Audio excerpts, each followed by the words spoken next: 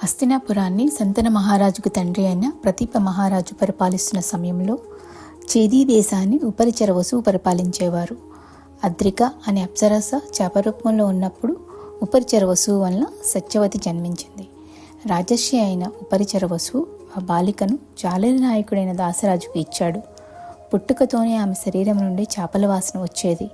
అందుకే ఆమెకు మత్స్యగంధి అని పేరు వచ్చింది. దాసరాజు సత్యవతిని పెంచి పెద్ద చేశాడు.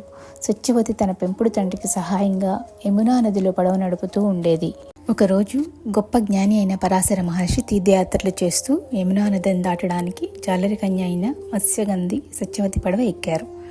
పరాశర మహర్షి తన దివ్య దృష్టితో ఆమె ద్వారా ఒక లోకోత్తరమైన పుత్రుడు జన్మిస్తాడని, అది లోక కళ్యాణం కోసం జరిగిన దైవ నిర్ణయమని గ్రహించారు.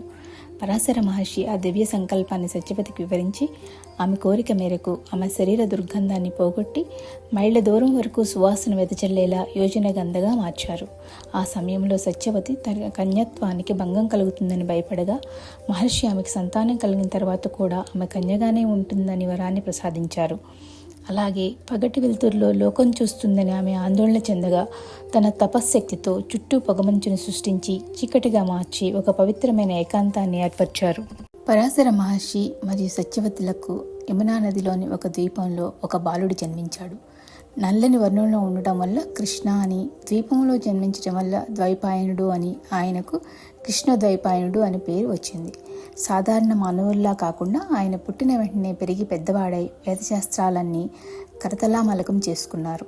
కృష్ణద్వైపాయనుడు తల్లికి నమస్కరించి, అమ్మా, నీకు ఎప్పుడు ఏ అవసరం వచ్చినా నన్ను తలుచుకో, నేను వెంటనే ప్రత్యక్షమవుతాను అని చెప్పి ఆయన తపస్సుకే వెళ్ళిపోయారు.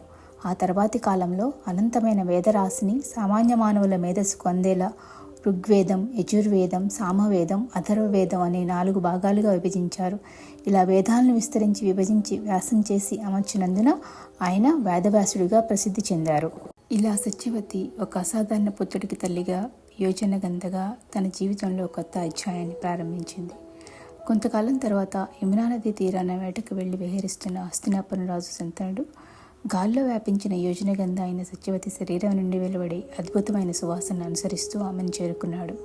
ఆమె రూప లావణ్యానికి ముక్తుడై వివాహం చేసుకోవాలని నిశ్చయించుకున్నాడు. అయితే ఆమె తండ్రి దాసరాజు పెట్టిన కఠినమైన షరతులు నెరవేర్చడం కోసం శంతండి కుమారుడైన యువరాజు దేవవ్రతుడు రాజ్యాన్ని త్యజించి ఆజన్మ బ్రహ్మచారిగా ఉంటానని 2 భీషణమైన ప్రతిజ్ఞలు చేశాడు. ఆ అసాధారణ త్యాగంతోనే దేవవ్రతుడు భీష్ముడిగా కీర్తించబడ్డాడు. భీష్ముడి ప్రతిజ్ఞ కారణంగా సత్యవతి హస్తినాపురానికి మహారాణిగా అడుగుపెట్టింది. ఒక జాలరి కన్యగా మొదలైన ఆమె ప్రయాణం కురువంశానికే మూలస్తంభంగా నిలిచింది. మహాభారత మహాకావ్యంలో కృష్ణద్వైపాయనుడైన వేదవ్యాసుడు వంటి జ్ఞానిని లోకానికి అందించడమే కాక కురువంశ గమనాన్ని మలుపు తిప్పిన అసాధారణవంతగా సత్యవతి చరిత్రలో నిలిచిపోయింది.